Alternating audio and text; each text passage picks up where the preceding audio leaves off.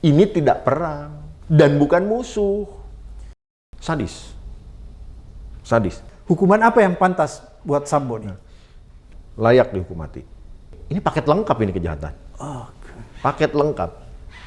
Pangkat tinggi, kewenangan luas, duit punya, dan mungkin juga katakan mungkin dia personality yang ditakuti karena misalnya mungkin galak, tukang gampar kali ya.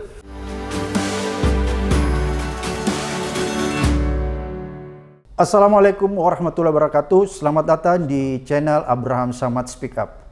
Hari ini saya akan berbincang dan berdiskusi lebih jauh dengan sahabat saya, seorang pakar hukum pidana dari Universitas Indonesia, Pak Ganjar Laksamana. Langsung saja saya perkenalkan.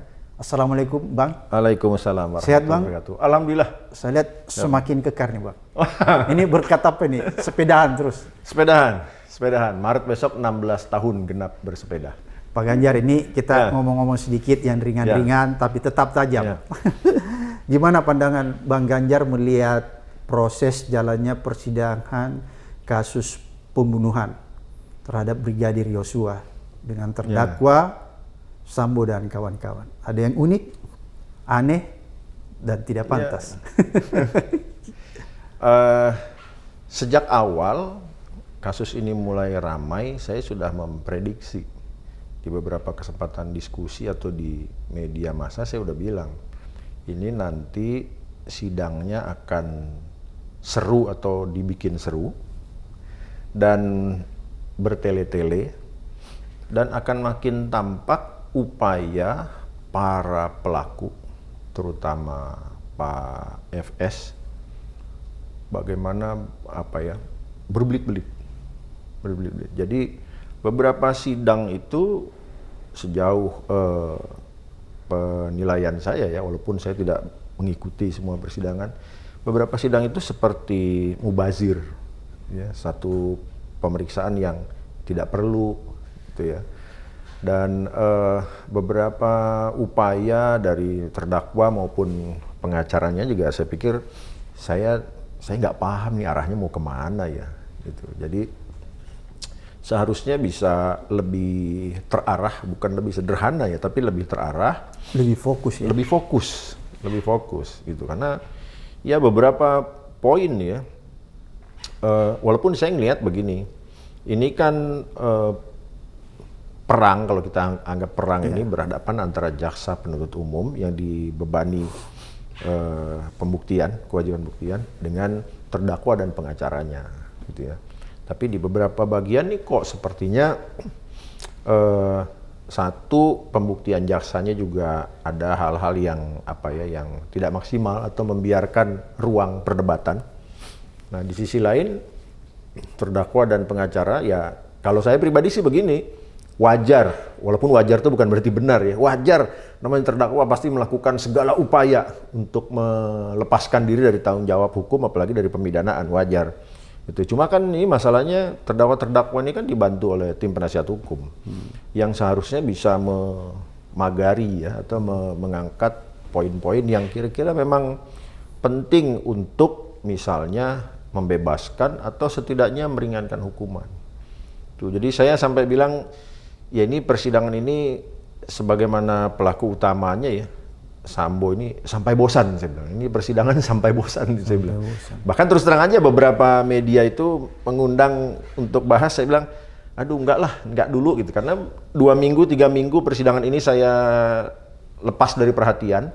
Begitu saya lihat lagi, beranjak belum jauh gitu. Jadi ini kemarin ngapain aja ya, kok ternyata perdebatannya masih di sekitar itu saja ya.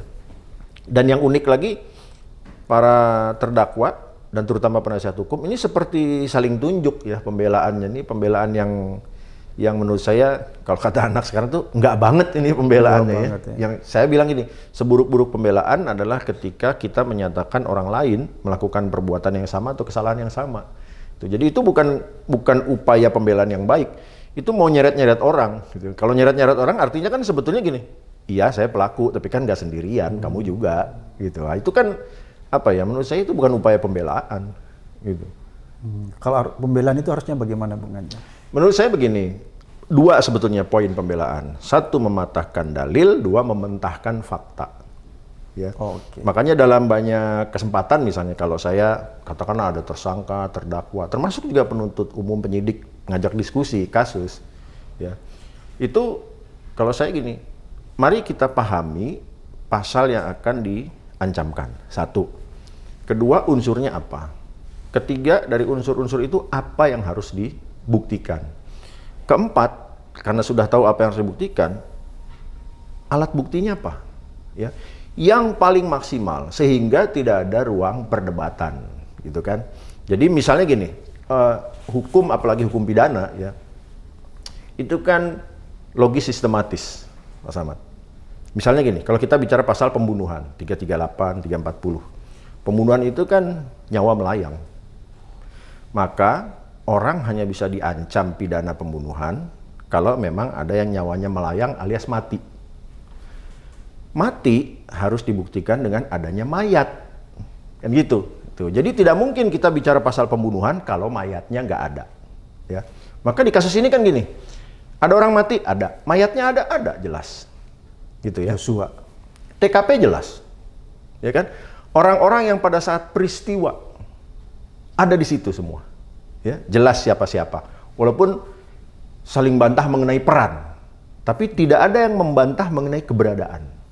Ya kan? Jadi yang dibantahnya perannya. Iya, yang dibantah cuma peran. Gitu kan? Saya nembak. Gitu. Tapi bukan tembakan saya yang mematikan. Kan gitu. Nah, sementara yang lain bilang, saya nggak ikutan nembak. Tapi ada di situ. Ya kan? Menyaksikan. Nah, lalu ditanya satu sama lain, yang Anda saksikan apa? Oh, ternyata berbeda-beda keterangannya. Yang ini bilang si A yang nembak, yang ini bilang si B nembak, yang ini bilang si A nggak nembak, si B saja. Ini kan begitu. Tapi tidak ada yang tidak ada yang secara hukum betul-betul bisa mematahkan. Jadi dari sekumpulan keterangan termasuk olah TKP itu kan ada fakta-fakta yang katakanlah tidak bisa dibantah. Ya. Orang matinya tidak bisa dibantah. Matinya kenapa? Ditembak. Gitu kan? Ditembak. Tidak ada yang bisa bantah. Mati karena ditusuk atau ditembak. Nah, sekarang yang nembak siapa? Setidaknya sejauh pengamatan saya ada satu orang yang sudah mengaku menembak dan dia sendiri tidak membantah. Eliezer. Kan gitu. Pak Sambo ikut nembak nggak ya? Oh, Pak Sambonya tidak pernah mengakui perbuatannya. Ya kan? Tapi Eliezer bilang beberapa saksi lain ikut nembak.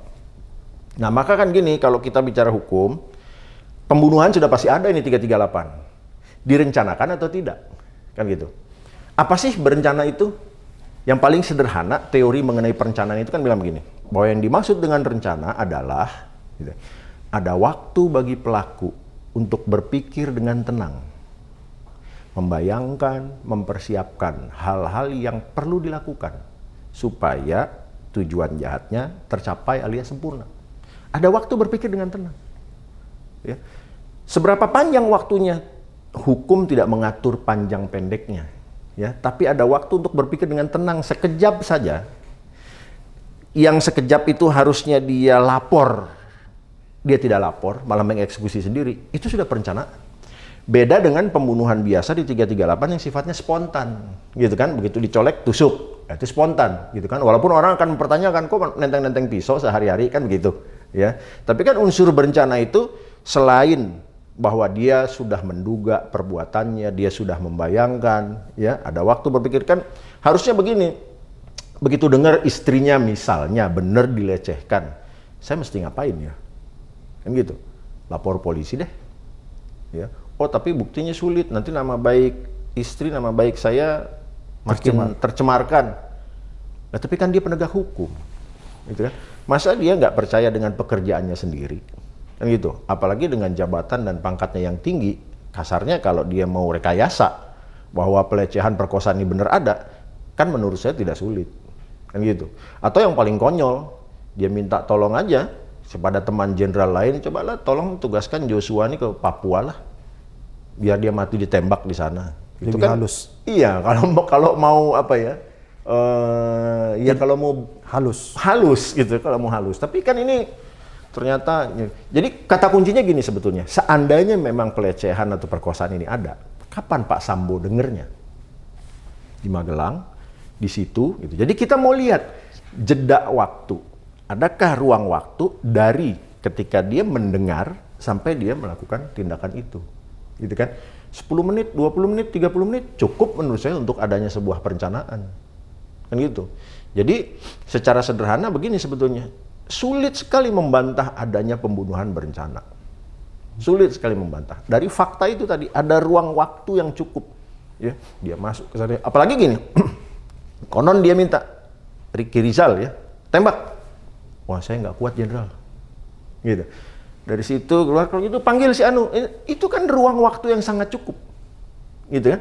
Untuk dia berpikir apa sih seharusnya yang harus saya lakukan nih kalau memang istri diperkosa atau mengalami kekerasan seksual, gitu. Apalagi dia penegak hukum, dia tahu dong harusnya apa yang dilakukan, gitu.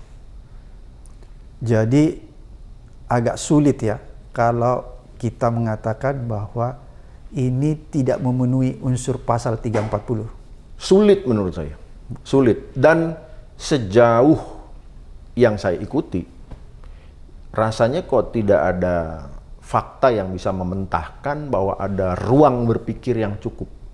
Ya, bahwa ada waktu yang cukup bagi si pelaku untuk bertindak lain selain menghilangkan nyawa Joshua. Gitu. Harusnya kan dia cerna. Yang sederhana gini lah, Ricky Rizal. Dia nolak tuh. Kan gitu. Ya kan? Kalau saya jadi Pak Ferdi Sambo, kenapa nolak nih orang ya? Gitu kan? Dia perintahkan Eliezer nembak. Mau itu kan berarti dia memang dia menghendaki nih orang mati nih. Gitu. Walaupun ada perdebatan kasih pelajaran, gitu. Hajar. Hajar tapi nyodorin pistol, tapi bicara mengenai pistol. Gitu. Ya kan? Jadi ini maksud hajarnya apa? Sehingga ginilah, kita tidak perlu terjebak ya pada katakanlah pembicaraan mengenai makna hajar itu apa sih, gitu ya. Best practice ya, dan fakta-fakta di situ jelas sekali kok, gitu ya. Jadi fakta dan peristiwa hukumnya itu tergambar dengan jelas bahwa terpenuhinya unsur pembunuhan berencana, unsur pembunuhan yang dilakukan berencana oleh terdakwa Sambo. Unsur pembunuhan berencana, nyawa melayang ada. Kan gini, 340 itu kan 338 plus. Iya. Ya, jadi kesengajaannya ada, bukan cuma sengaja dengan rencana. Di mana direncanakannya?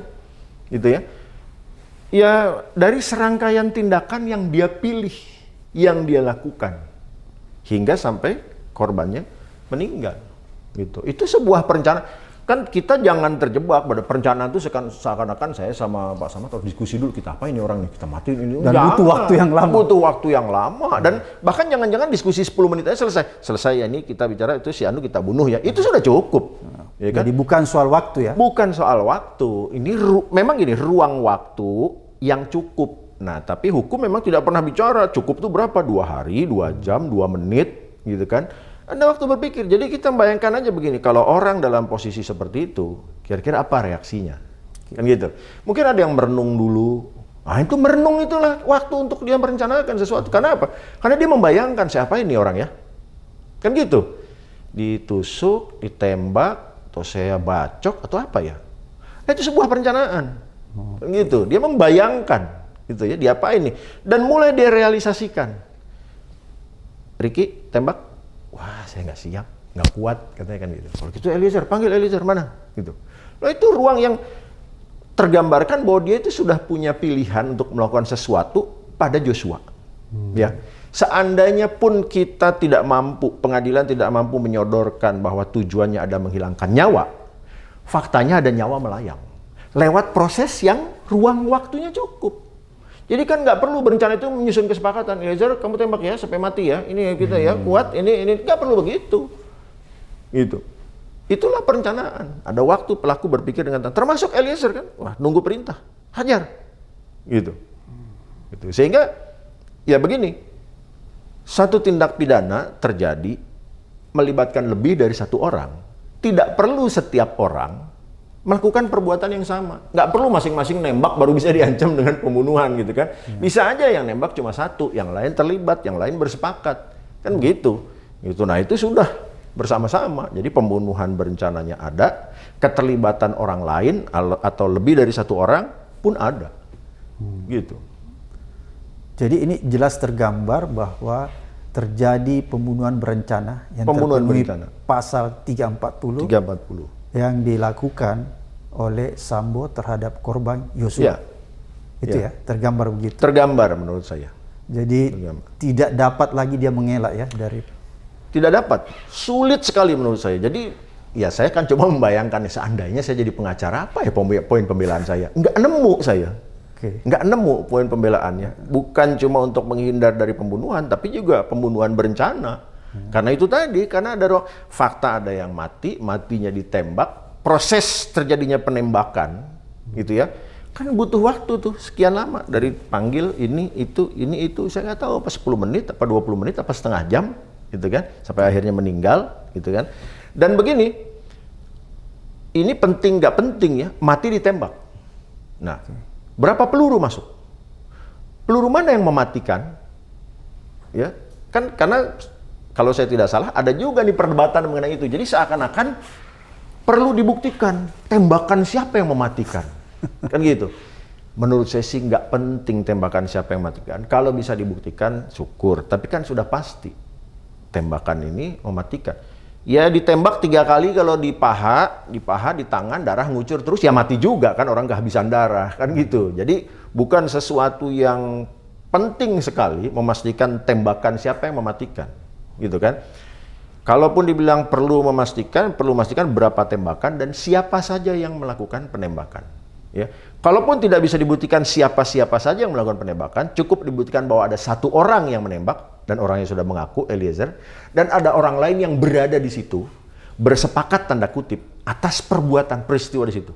Diam saja, mengiyakan. Mungkin si Anu sanggup, mungkin si Anu aja Jen, ini aja Dan, gitu. Itu sudah cukup membuktikan ada keterlibatan orang lain dalam suatu perencanaan. Oke. Gitu. Ini menarik, Bang Jan. Mungkin karena sudah kewalahan, Ya. sudah tidak bisa menghindar dari fakta peristiwa yang terlihat bahwa ini jelas-jelas bisa terpenuhi unsur 340 ya, pembunuhan berencana, sehingga ada hal-hal yang menurut saya ketidakpantasan yang dilakukan oleh pembela dalam melakukan upaya-upaya. Misalnya gini, tiba-tiba dia dalam rangka untuk melakukan pembelaan meringankan, menghadirkan foto ya. Ya, menyodorkan bukti Foto foto. itu foto almarhum Yosua yang berada di klub malam. Ya. Itu kan sebenarnya kalau kita lihat apa tujuannya dia menampilkan foto itu, dia ingin memberikan gambaran kepada publik bahwa almarhum ini juga adalah orang yang berperilaku negatif. Kira-kira begitu ya? Ya. Ya. Apakah menurut Bang Ganjar yang dilakukan ini pantas? Karena kalau tidak salah, saya pernah kalau baca-baca ya di KUH pidana itu kan ada juga pasal yang sebenarnya melarang ya, orang untuk melakukan penghinaan terhadap orang yang sudah meninggal. Orang yang sudah mati. Ini kan kategori yang menurut saya melakukan penghinaan terhadap orang yang sudah meninggal. Bagaimana menurut Bang Ganjar? Jadi gini, pertama misalnya contoh ya, bukti foto Joshua ke klub malam. Secara hukum itu membuktikan apa sih? Fakta apa? Menurut saya cuma satu, bahwa fakta Joshua ke klub malam saat itu di foto itu. Ya. Gitu kan? Dan itu tidak bisa jadi melebar ke fakta-fakta lain. Iya. Gitu ya. Nah, cuma kan saya begini, saya ngelihat gini, kan sering terjadi dan ada semacam ada gium ya atau kata-kata ungkapan. Kalau kita tidak bisa mematahkan pendapatnya, kita rusak profilnya, reputasinya, gitu ya. Reputasinya, supaya orang kemudian nggak percaya dengan apa yang dia omong. Kita nggak bisa matahin omongannya, maka kita runtuhkan reputasinya, kan gitu. Nah jadi kan gini, saya membayangkan Joshua ini bukan orang yang baik-baik amat kok, gitu. Dia suka ke klub malam, gitu. Setidaknya ada 1 foto, 10 foto pun, 100 foto pun, itu cuma membuktikan bahwa Joshua suka ke klub malam, titik.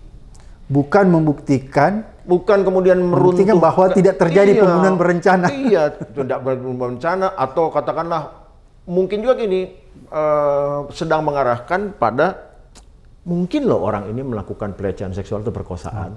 Dia mau mengarahkan ke sana. Iya, tapi kan ya balik lagi saya bilang, foto itu menggambarkan apa? Cuma menunjukkan bahwa Joshua sedang di klub malam. Yang mana? Yang ada di foto itu. Di tanggal-tanggal lain, waktu-waktu lain tidak juga bisa dibuktikan. Bahkan gini, tidak bisa membuktikan bahwa Joshua hobi ke klub malam. Jangan-jangan cuma satu itu, karena fotonya cuma satu. Atau jangan-jangan juga Gitu. dijebak datang ke klub malam. Atau jangan-jangan hasil rekayasa foto dan lain-lain gitu kan ya. Sehingga ya itu contoh misalnya saya melihat ini bukti yang disodorkan ini ingin Rusak membuktikan apa ya gitu. Kan gini, dihadirkan oleh pengacara Ferdy Sambo dan Ibu Putri. Iya. Ya kan? Berarti kan sebetulnya poin pembelaan dia adalah mematahkan dakwaan bahwa Pak FS dan Bu Putri adalah pelaku pembunuhan. Iya. Matahkan. Nah ini dalam konteks membantah Pak Ferdy Sambo Bu Putri terlibat pembunuhan ini, foto ini perannya apa? Gitu. Apakah mau menunjukkan Joshua ini orang jahat yang tuh lihat suka ke klub malam sehingga layak dibunuh? Nggak bisa juga. Kan gitu, orang jahat juga kan berhak atas hak perlindungan hak asasi, gitu kan, sampai dia diputus bersalah oleh hukum. Nah apalagi begini sekarang, kalau tadi Pak Samad misalnya nyinggung pasal KUHP, memang ada penghinaan kalau penghinaan itu dilakukan terhadap orang yang sudah meninggal. Kan itu ada pasalnya. Nah cuma kan gini, apakah menonjolkan foto itu masuk ruang penghinaan, tentu pembahasannya beda lagi. Makanya perlu ditanya nih, menampilkan foto itu mau ngapain sih? Mau bilang bahwa dia nggak segitu baiknya gitu ya? Apa kita mau menganggap bahwa ke klub malam itu otomatis hina? Nanti orang-orang yang suka klub malam protes semua nanti, kan gitu. Ya kan? Nah jadi ya penting sekali untuk digali ya, apa sebetulnya yang mau ditunjukkan dengan menampilkan bukti foto itu. Gitu. Nah kalau sampai memang itu upaya untuk meruntuhkan reputasi korban, satu, tidak ada kaitan dengan pembelaan Pak Sambo dan Bu Putri dalam konteks keterlibatan pembunuhan. Kedua, malah berpotensi itu tadi masuk ke ruang penghinaan terhadap orang mati. Gitu. Walaupun ini dilakukan di dalam konteks pembuktian di pengadilan. Ya, jadi ini upaya hukum. Tapi kan upaya hukum juga harus terukur, kan begitu. Kalau mematahkan reputasinya juga nggak berhasil, malah dia misalnya secara sadar dibilang, iya kita ini memang menunjukin kejelekan dia. Nah itu jangan-jangan malah masuk ke ruang penghinaan. Jadi pengacara juga saya pikir mesti paham juga dalam batas-batas mana pembelaan itu harus dilakukan. Nggak berarti ngebela orang terus boleh mati-matian, jungkir balik, sirkus dan lain-lain.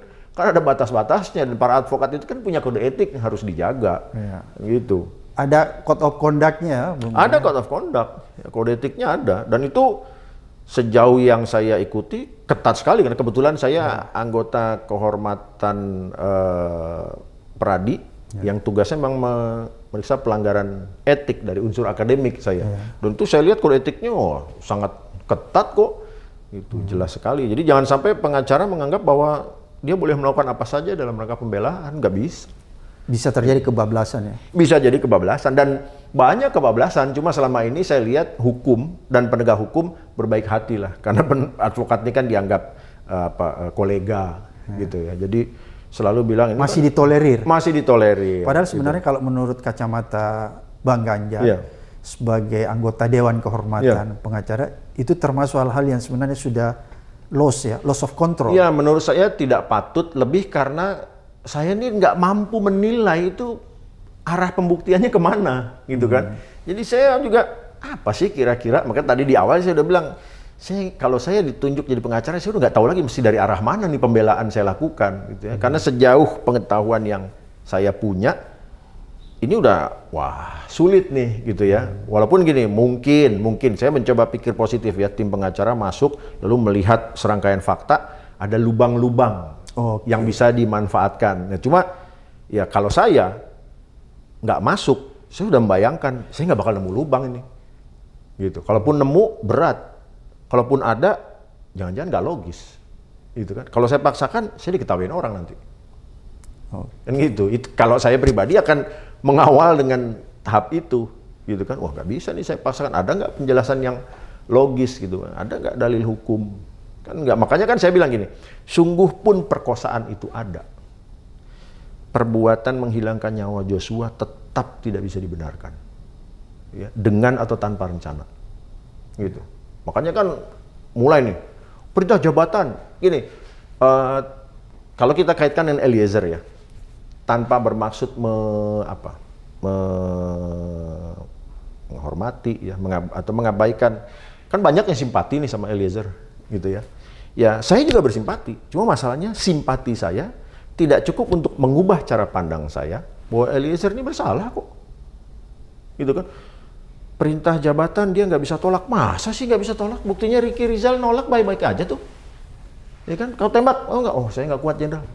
Jadi Ricky Rizal bisa menolak perintah jabatan. Harusnya bisa. Sedangkan Eliezer tidak melakukan itu. Tidak melakukan itu. Ya, nah lalu penasihat hukum bilang Eliezer ini backgroundnya Brimob. Brimob ini memang agak beda dengan polisi biasa karena punya unsur kombatan ya. Yes bos, perintah. Iya kalau dia lagi di Brimob. Dia kan tidak sedang di Brimob, ya kan? Walaupun rohnya Brimob, gitu, dididik masuk Brimob, tapi kan dia sedang jadi pengawal ini. Kan sedang jadi ajudan atau penjaga. Ya, tidak dalam kapasitas Brimob. Lagi pula kan begini. Meskipun Brimob punya unsur kombatan, apakah situasinya combat saat itu? Kan tidak gitu ya. Jadi begitu dia jadi ajudan Pak Sambo aja misalnya, dia harus sudah tahu bahwa dia keluar dari unsur kombatan. Gitu. Sehingga dia ya sipil biasa, polisi itu kan sipil. Itu kan buktinya ASN seperti saya juga gitu kan, pegawai negeri dosen. Jadi dia harusnya paham gitu ya. Harus paham. Kalau dia tidak tahu ya salah dia kok tidak tahu. Gitu. Harusnya dia bisa menolak. Gitu. Jadi maksud saya jangan sampailah empati atau simpati orang pada Eliezer ini terus kemudian di tanda kutip ya membuat ia tidak bisa dimintai pertanggungjawaban, karena menurut saya harusnya dia bisa menolak. Dan orang banyak menganggap pasal 51 itu perintah atasan, padahal pasal 51 itu perintah jabatan, gitu ya. Memang bisa lahir juga dari atasan, cuma atasan yang memerintahkan, kan dia juga harus mikir, dalam kedudukan saya, apakah saya ada tugas itu, walaupun atasan yang memerintahkan, kan gitu. Jadi ya memang yang jadi bawahan jangan yes bos saja, kecuali militer ya, yang jadi bawahan jangan yes bos, karena di sipil kita tidak kenal sistem komando. Yang jadi atasan juga harus hati-hati, karena bawahan kalau nggak pinter bisa nyelakain atasan, kan gitu.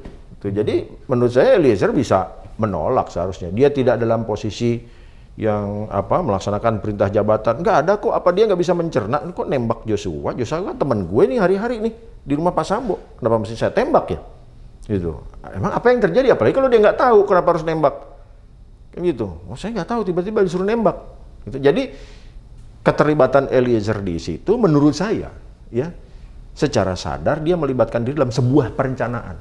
Jadi kalau tiba-tiba nih orang datang sini, kamu kan harusnya gini, loh ada apa nih? Sudah kumpul orang-orang lain, ada apa nih? Berarti ada udah ada yang dibahas nih.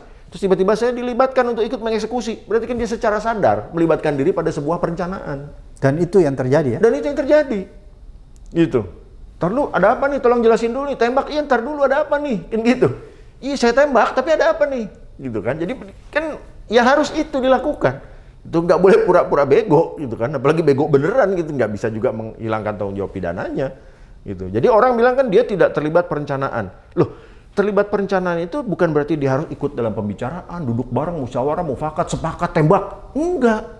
Begitu dia bergabung, datang, kan dia tahu, loh, udah ada si ini, ada sini, ada apa nih? Gitu. Atau katakanlah Ricky Rizal, Rizal, kamu dipanggil tuh sama Pak Sambo, masuk, ada apa nih? Gitu. Jadi dia seharusnya sadar bahwa, loh, sudah ada sesuatu nih. Terus tiba-tiba saya dilibatkan, terus saya disuruh eksekusi. Itu secara hukum kesadaran untuk melibatkan diri dalam perencanaan. Gitu. Jadi nggak perlu ada apa ini. Oh iya sepakat, kita tembak nih kalau gitu. Oke, saya juga setuju tembak. Nggak perlu begitu perencanaan. Itu. Makanya ya begitulah ilmu hukum, orang harus menyadarinya. Itu. Memang ini banyak yang tidak paham bagaimana logika hukum itu berjalan. Gitu. Jadi nggak harus Eliezer ini terlibat. Gitu. Pak Sambo, oh saya nggak nembak sekalipun. Kejahatan yang melibatkan lebih dari satu orang, nggak perlu semuanya ikut. Sini nembak, oh semua nembak ya, gitu. Jadi sama-sama semua tahu, nggak juga. Dalam turut serta itu kan tidak perlu masing-masing peserta melakukan perbuatan memenuhi unsur. Satu saja memenuhi unsur cukup, gitu kan. Bahkan seandainya tidak satupun peserta perbuatannya memenuhi unsur secara sempurna, tapi unsur terpenuhi secara kumulasi di antara para peserta, di situ terdapat turut serta. Teorinya bahkan sudah bilang gitu. Tapi dalam praktek minimal satu peserta pasti sempurna memenuhi unsur. Kan gitu. Kalau kita pukulin orang, saya megangin, si X megangin, Pak Samad yang mukulin. penganiayaan. Apakah yang menganiaya cuma Pak Samad? Karena Pak Samad aja yang mukul? Kan enggak. Saya yang megangin juga penganiayaan, padahal saya nggak mukul. Gitu. Jadi tidak perlu semuanya ikut, ayo kamu ikut mukul juga biar sama-sama kena penganiayaan. Nggak perlu, saya megangin. Disitulah keterlibatan saya, sehingga penganiayaan bisa terjadi. Kalau saya nggak pegang, tidak akan ada penganiayaan, karena dia lari mungkin. Atau dia yang pukul, orang ini yang pukul Pak Samad, kan gitu. Gitu. Dan yang dahsyatnya lagi, kalau ada turut serta, hukumannya harus sama. Nggak boleh dibeda-bedakan. Jadi antara terdakwa satu, terdakwa yang lainnya, kalau ada unsur apa tadi Turut serta, itu hukumannya harus sama. Hukumannya harus sama. Tidak peduli besar kecilnya perannya. Oke. Gitu. Kenapa begitu? Jadi gini, sekecil apapun perannya, ia berkontribusi menyempurnakan kejahatan. Sekarang yang perannya paling kecil siapa? Kita hilangkan. Kejahatan itu terjadi nggak? Tidak. Berarti sekecil apapun perannya dia berkontribusi. Dan ini hukum mau mengirim pesan, ya, meski peranmu kecil, kalau dilibatkan jangan mau. Kenapa? Karena hukumannya bakal sama. Gitu. Jadi orang oleh hukum diminta, meski kecil nanti dia mau dilibatkan, jangan mau. Gitu. Dalam praktek sering terjadi orang perannya kecil, ya, padahal dia yang merencanakan. Ya kan? Otaknya dia sebetulnya. Bisa terjadi. Seperti posisinya Sambo. Iya, bisa jadi seperti posisinya Sambo. Bahkan seandainya pun Sambo tidak melakukan penembakan sama sekali. Ya, otak pelakunya kan tetap dia. Intelektual dadernya. Iya. Inisiatornya dia. Kan gitu. Nah, itu kan yang sekarang sedang coba dibantah oleh Pak Sambo, ya. Bahwa saya nggak nyuruh nembak loh. Saya suruh hajar. Oke. Gitu. Ya kan? Apapun perintahnya. Kita lihat faktanya bagaimana. Kan itu. Ke Ricky Rizal katanya menawarkan, bukan perintah. Itu kok menawarkan, gitu kan? Sungguh pun benar menawarkan. Dia menawarkan apa sih? Menawarkan nembak. Buktinya Ricky Rizal bilang saya nggak kuat, gitu. Terus ke Eliezer dia bilang tidak merintah nembak. Dia bilangnya hajar loh. Ke Ricky dia suruh tembak, menawarkan penembakan. Ke Eliezer dia perintah hajar. Ini aja sudah tidak konsisten, gitu. Jadi kan ya kalau kita lihat proses pengadilannya, saya ingin kita semua sadar ya, seseorang melakukan kejahatan itu tidak sebegitu mudah membuktikannya. Apalagi kalau kejahatannya dilakukan oleh penegak hukum. Apalagi kalaulah sudah dia penegak hukum, dia menghilangkan bukti, gitu kan? Dia menggunakan kewenangannya untuk Menghilangkan alat. menghilangkan, mempersulit. Nah, maka lihatlah apa yang terjadi sekarang. Ya kan? Jadi panjang, bertele-tele, ini harus dibuktikan, itu harus dibuktikan, dan lain-lain. Inilah akibat kejahatan dilakukan oleh orang yang pangkatnya tinggi, kewenangannya luas, ditakuti orang, dan lain-lain. Dan termasuk aparat penegak hukum. Iya. Nah, maka saya bilang apa? Publik, termasuk para penegak hukum yang mengadili, ya, jaksa dan terutama hakim, harus sadar bagaimana proses pengadilan ini jadi begini, gara-gara pelakunya yang profilnya seperti ini. Kan gitu. Lihat berapa orang ikut jadi korbannya, kena obstruction of justice dan lain-lain. Ya, atau kalaupun tidak kena pidana obstruction of justice, dia kena sanksi etik dan lain-lain. Lihat tuh, gitu kan? Itu akibat ya? Itu akibat, gitu, dari pelaku kejahatan yang pangkatnya tinggi, kewenangannya luas, ditakuti dan mungkin juga uangnya banyak dan lain-lain. Gitu. Jadi kalau saya gini, kalau ini pembunuhan 338 yang ancaman pidananya 15 tahun. Ini layak kena maksimal 15 tahun. Kenapa? Kalau dia 338. Kalau dia 338, berbelit-belit.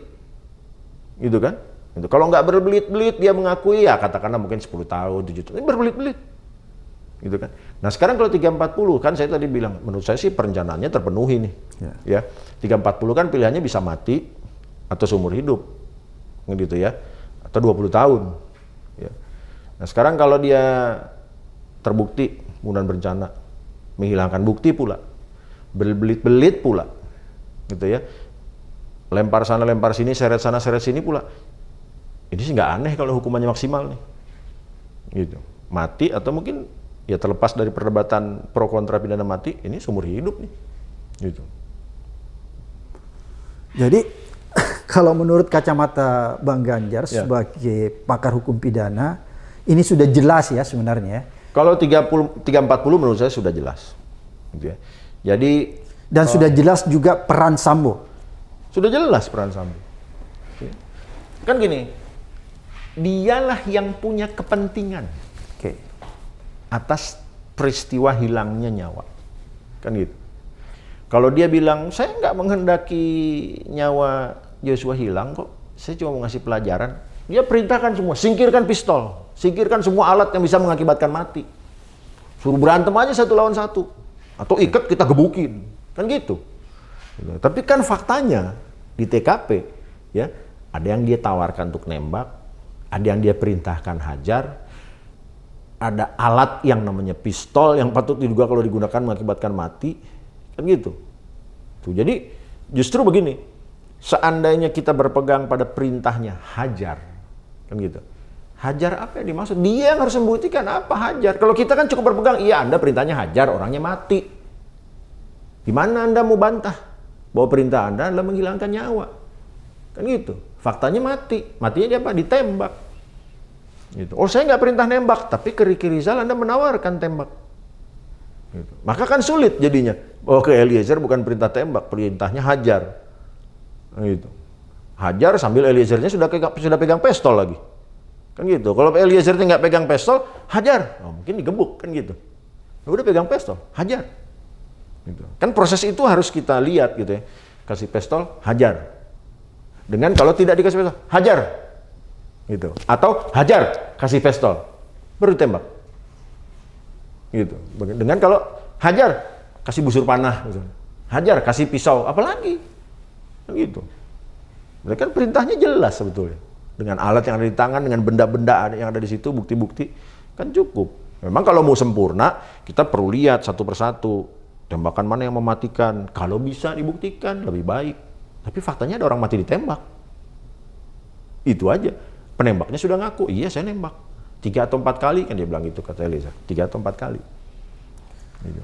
Jadi kalau menurut Bang Ganjar agak sulit ya tadi si Eliezer termasuk Eliezer terlepas dari jeratan karena perintah jabatan itu ya. Ya.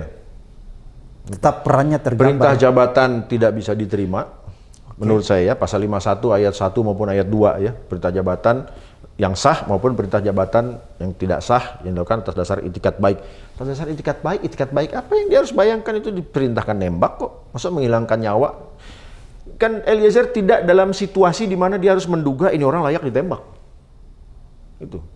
Ya kan? Pasal 51. Lalu ada yang bawa pasal 48. Gitu ya, daya paksa. Ya di pasal 48 itu kan memang ada yang namanya overmah mutlak. Tapi yang diterima sebagai dasar penghapus itu yang mutlak loh. Yang relatif tidak diterima. Yang mutlak itu yang mana sih? Ketika orang tidak punya pilihan lain selain melakukan tindak pidana. Itu. Ya menurut saya, daya paksa tidak bisa. Karena daya paksa itu kan yang dipengaruhi pikirannya. Bukan dikasih senjata nembak. Gitu. Ya, jadi pikirannya yang dipengaruhi. Bela paksa sudah jelas tidak. Bela paksa atas apa? Joshua tidak melakukan pengancaman, serangan yang melawan hukum, enggak kok. Gitu. Tuh, makanya kalau melihat beberapa ya, sampai Komnas HAM turun tangan, ya konon Joshua itu kan sudah menyerah dan minta ampun. Masih ditembak. Apa itu kalau bukan pelanggaran HAM? Sadis ya itu? Sadis. Karena orang sudah nyerah tetap ditembak. Di saat perang saja, musuh yang sudah menyerah tidak boleh dianiaya. Ini tidak perang. Dan bukan musuh. Jadi menurut Bang Ganjar ini pembunuhan yang sadis. Sadis. Sadis. Oleh karena itu dia bisa terpenuhi pemberatannya. Iya. Unsur Hukuman pemberatan. seberat-beratnya bisa dijatuhkan. Oke. Iya. Kalau begitu karena dia bisa memenuhi unsur pemberatan, kalau menurut Bang Ganjar, hukuman apa yang pantas bagi terdakwa Sambo? Ya. Ini kan dia terpenuhi nih, iya, menurut iya, Bang Ganjar. Sambo ini terpenuhi unsur 340-nya ya, pembunuhan berencana. Oleh karena itu pertanyaan saya, hukuman apa yang pantas buat Sambo nih? Prediksi saya, Ya. kalau bicara pantas, Bukan prediksi, kepantasan. Ya, kalau kepantasan, menurut saya pidana mati pantas. Jadi Sambo menurut Bang Ganjar sebagai seorang pakar hukum pidana pantas dihukum Pantas mati. dihukum mati. Oke, Pantas. itu kepantasannya. Ya. Kalau prediksi saya seumur hidup. Oke, jadi Gitu. kalau kepantasan yang seharusnya Mati pun dilakukan hakim, Iya. Karena lengkap. Menghilangkan nyawanya ada, unsur perencanaannya ada, melibatkan orang lain ada, menghilangkan bukti ada. Walaupun memang semua pelaku kejahatan pasti menghilangkan bukti. Ya, jadi atas perbuatannya menghilangkan kejahatan, tidak ada hukuman tambahan kepada Sambo. Karena memang secara hukum semua pelaku kejahatan pasti akan menghilangkan bukti, mencoba melarikan diri dan lain-lain. Gitu ya. Tapi di pengadilan berkelok-kelok dia. Nah, inilah jadi hal yang memberatkannya. Oke. Gitu kan. Jadi kita lihat yang tadi saya bilang, kita lihat bagaimana proses pengadilan ini jadi berpanjang-panjang. Ya karena dia melibatkan anak buah ini itu semua. Dan lihat juga dampaknya. Bintang 2 berapa orang kena dipecat, bahkan kena obstruction of justice, yang kombes, yang ini yang itu, bahkan ada lulusan terbaik dari Akpol. Gitu kan. Dan lihat dampak-dampak lainnya. Gitu kan. Sebuah perbuatan kan gini, kalau pembunuhan berencana mah dia sendiri aja udah selesai lah. Ini dia libatkan orang lain. Seakan-akan dia sadar betul nggak pingin tangannya kotor. Kan? Belum lagi dia coba rekayasa bahwa seakan-akan ada tembak-menembak. Nah itu. Kurang jahat apa ini ya? Gitu ya. Kurang kejam apa? Kurang sadis apa gitu ya?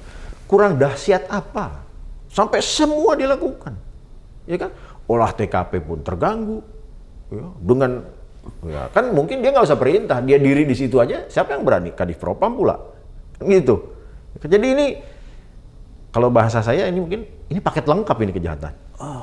Paket lengkap. agak susah diterima common sense ya. Iya.